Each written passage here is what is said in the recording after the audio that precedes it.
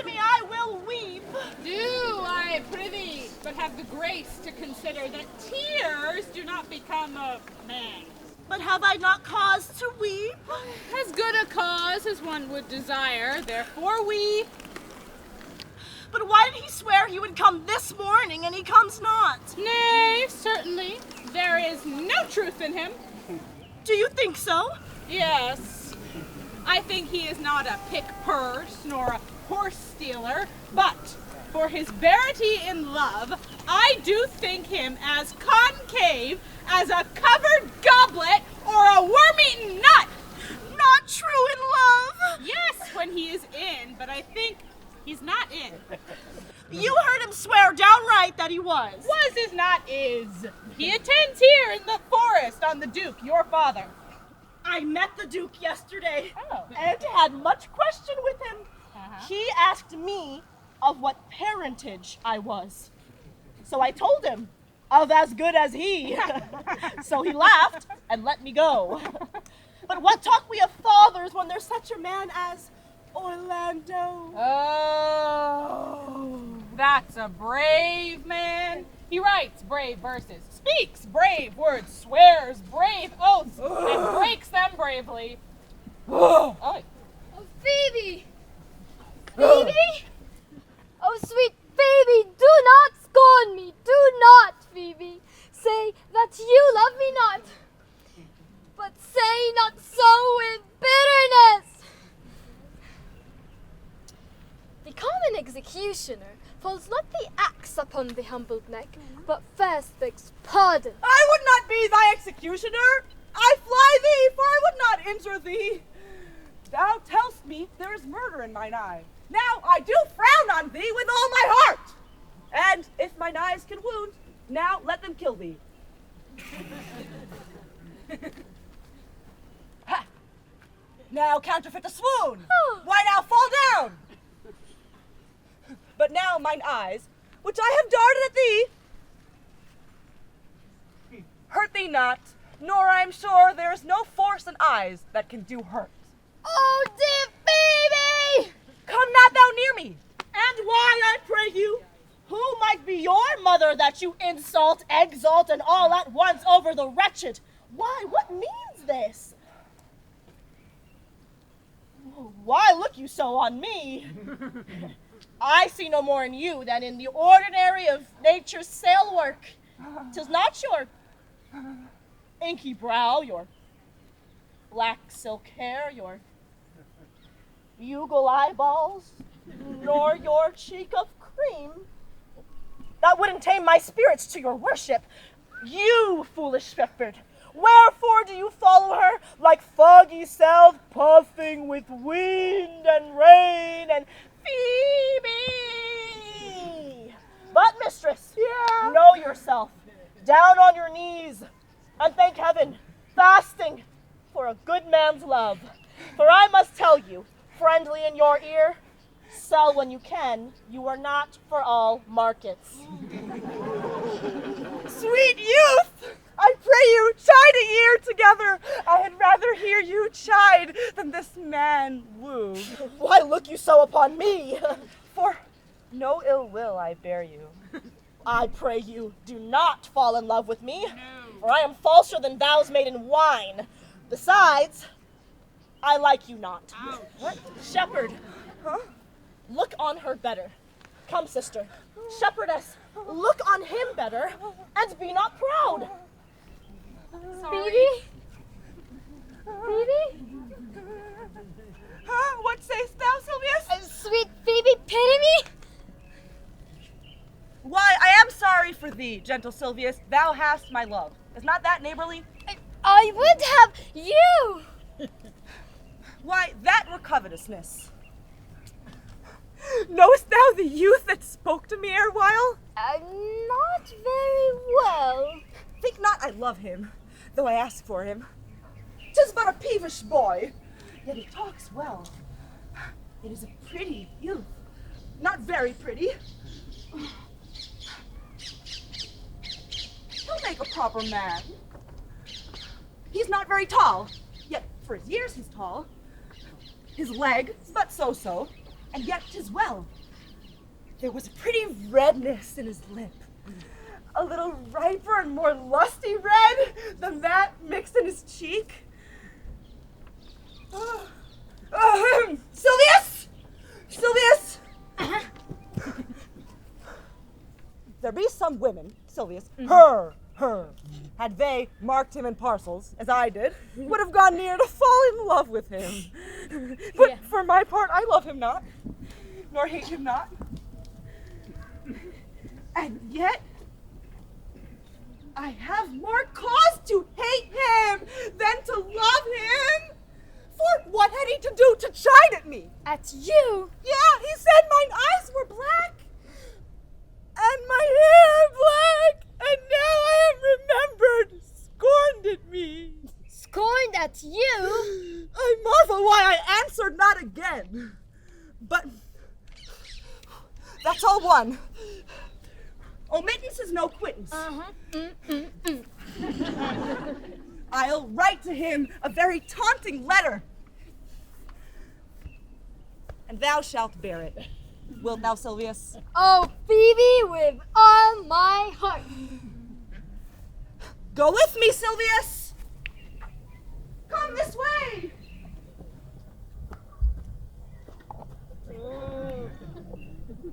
Good day and happiness, dear Rosalind.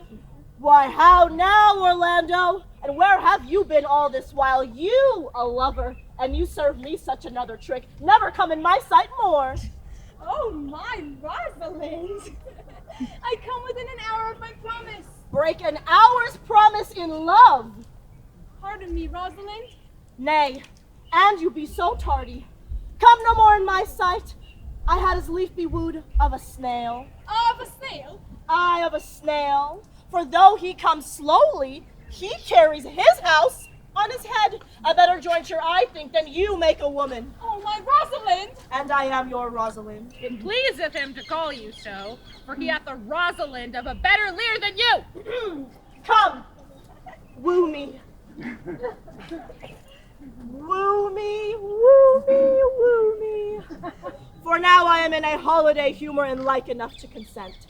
What would you say to me now, and I were your very, very Rosalind? I would kiss before I spoke. Nay, you were better speak first. How if the kiss be denied? Am I not your Rosalind? I take some joy to say you are, because then I would be talking of her. Well, in her own person, I say, I will not have you. Then in mine own person, I die. No, Faith, die by attorney. The poor world is almost 6,000 years old, and in all that time there was not any man died in his own person in a love cause. Men have died from time to time, and worms have eaten them, but not for love.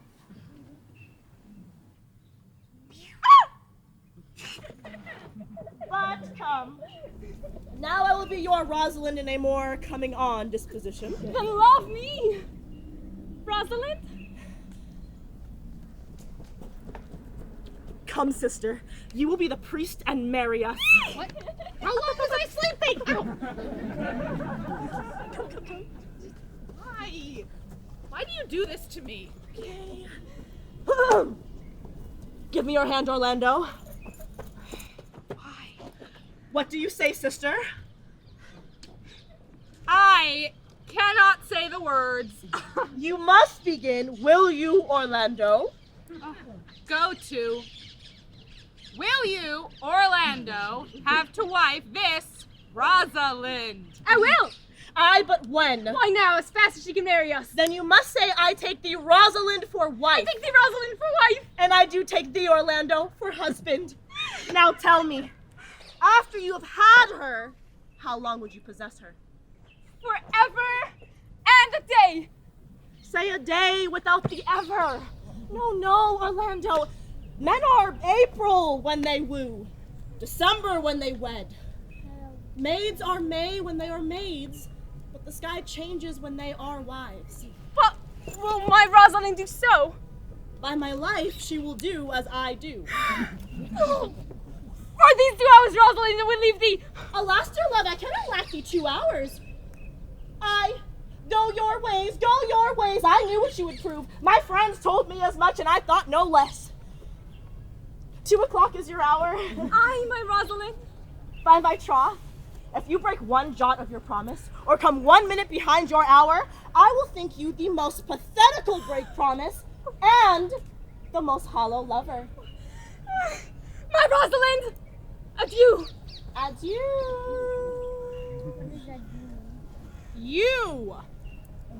You have simply misused our sex in your love prate. We should have your doublet and hose plucked over your head and let the world see what the bird hath done to her own nest. Oh, cuz,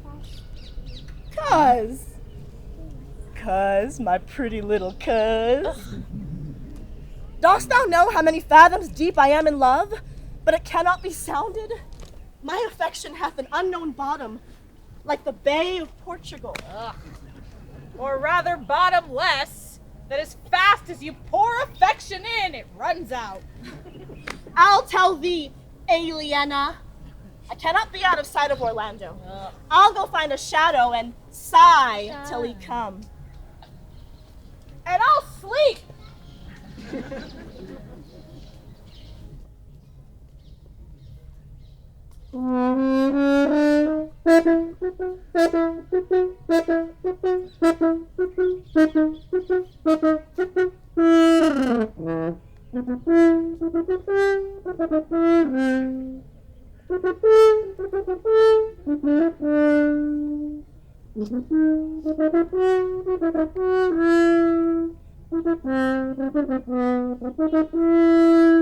What shall ye have? Who killed the deer? His leather skin and horns to wear. Then sing him home, the rest shall bear this burden. Take thou no scorn to wear the horn. It was a crest ere thou wast born. Thy father's father wore it, and thy father bore it.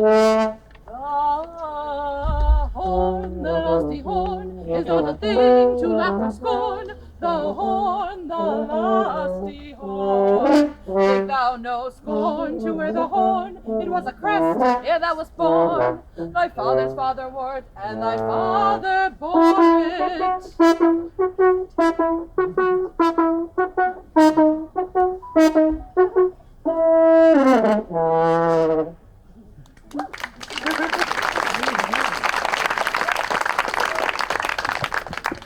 Wake up! I have had a most rare dream. Why, how say you now? Is it not past 2 o'clock and here much Orlando? I'll warrant you, with pure love and troubled brain, he hath ta'en his bow and arrows and gone to sleep. My errand is to you, sweet you. My gentle Phoebe did bid me give you this. Hey. I know not the contents, pardon me. I am but a guiltless messenger. A patience herself would startle at this letter. She says that I'm not fair, that I lack manners. She calls me proud. Why writes she so to me? Well, shepherd, well, this is a letter of your own device. No, I protest. Phoebe did write it. I say she never did invent this letter. This letter is of man's hand and his invention. Sure, it is hers. Why, 'tis a boisterous and cruel style. Wilt thou hear the letter? So please you, for I never heard it yet heard too much of Phoebe's cruelty. She Phoebes me. Mark how the tyrant writes. Art thou God to shepherd turned, that a woman's heart hath burned? Can a woman rail thus? Call you this railing? Thy Godhead laid apart, warst thou with a woman's heart? Did you ever hear such a railing? Call you this chiding? Alas, poor shepherd. Do you pity him? Yes. No, don't pity him. Wilt thou love such a woman? Uh-huh. Then say this to her, that if she love me, That if she love me, I charge her I charge her to love thee. to love thee. Thee. If you be a true lover, hence, and not a word, for, over yonder, here comes more company. Deeper into the forest of Arden, everyone.